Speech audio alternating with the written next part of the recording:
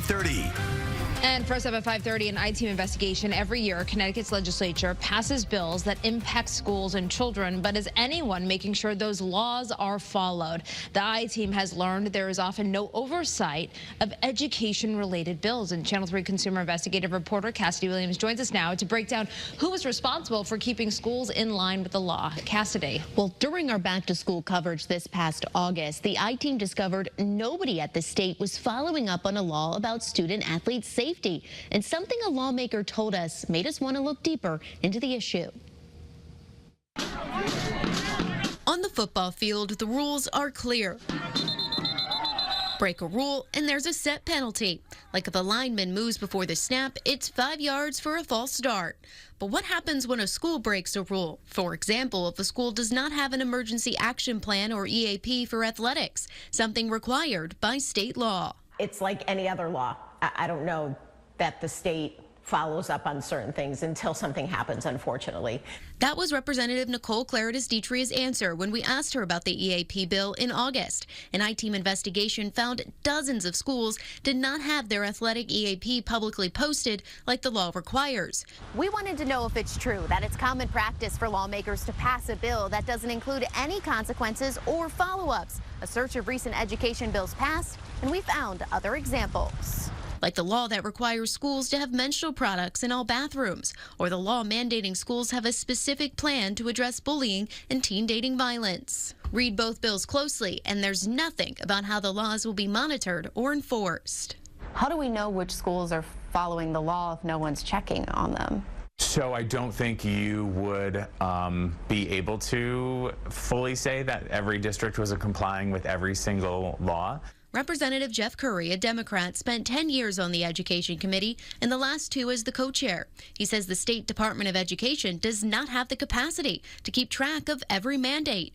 Curry says the responsibility to follow the laws falls on school boards and superintendents. The final authority and responsibility lasts with the superintendents. Fran Rabinowitz is the executive director of the Connecticut Association of Public School Superintendents. She explains how each year superintendents are required to sign a statement saying they are following all state laws to the best of their knowledge. And then superintendents answer to their school boards.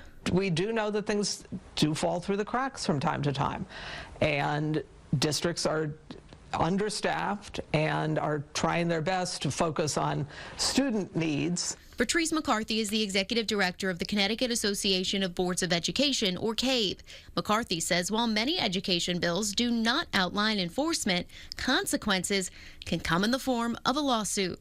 They are also very concerned, frankly, about litigation, so that's a strong motivating factor. McCarthy and Rabinowitz say part of the challenge for districts to follow every law is the sheer amount of them. How many new laws do you think you have to learn and teach everyone about each year? We literally monitor hundreds of pieces of legislation. With the direction of the legislature, CABE helped put together this 50-page list of mandates. It includes all state and federal mandates through the 2022 legislative session. More have been passed since then. And add up the total mandates listed, there are 267. That really is shocking. I didn't expect it to be so high. We showed the list of mandates to parents in Glastonbury's Riverfront Park. On a sunny Wednesday afternoon, you'll often find parents and kids here. That's because every Wednesday in the fall and spring, Glastonbury schools have a half day so that teachers can do professional development training that is required by some of those mandates.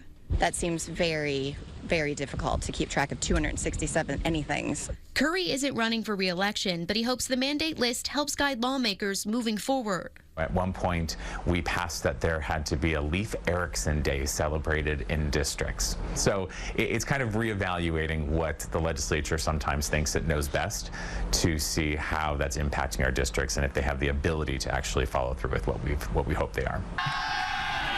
So when it comes to school laws, the superintendents are kind of like the coaches, in charge of making sure the students are safe and learn the rules of the game. The Association of Superintendents also advocates for rules that focus on the needs of students. Honestly, Cassidy, I think it is an incredible amount of paperwork. And when it comes to enforcement, it's often parents that are the referees. We often find out that a district isn't complying with something, typically through one incident with one parent or one student. So filing a complaint with the state is like you throwing the flag, and it starts with everyone knowing the rule book. State Representative Kathleen McCarty, the ranking Republican on the Education Committee, sent us a statement saying she has for years been a strong advocate for reducing mandates. You can read her full statement as well as read the entire 50-page list of mandates on WFSB.com. Just click on the I-Team tab. For the I-Team, Cassidy Williams, Channel 3 Eyewitness News.